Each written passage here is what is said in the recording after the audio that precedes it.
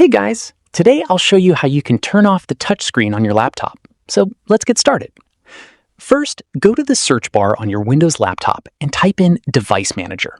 Click on it when it appears, and this will open a panel where you can control all the hardware connected to your system.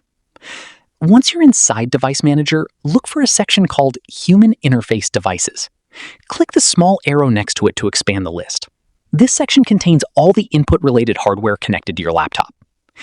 Now scroll down through the list until you find something called HID Compliant Touchscreen. This is the component that controls your touchscreen functionality. Right-click on HID Compliant Touchscreen and you'll see a few options appear. From those options, click on Disable Device. A confirmation pop-up will appear asking if you're sure you want to disable it. Just click Yes. As soon as you do this, your touchscreen will stop working immediately. You can test it by tapping on your screen and you'll notice it no longer responds to touch input. If you ever want to turn the touchscreen back on, don't worry, it's very easy. Just go back into Device Manager, find HID Compliant Touchscreen again, right-click on it, and this time click Enable Device. Your touchscreen will start working again instantly.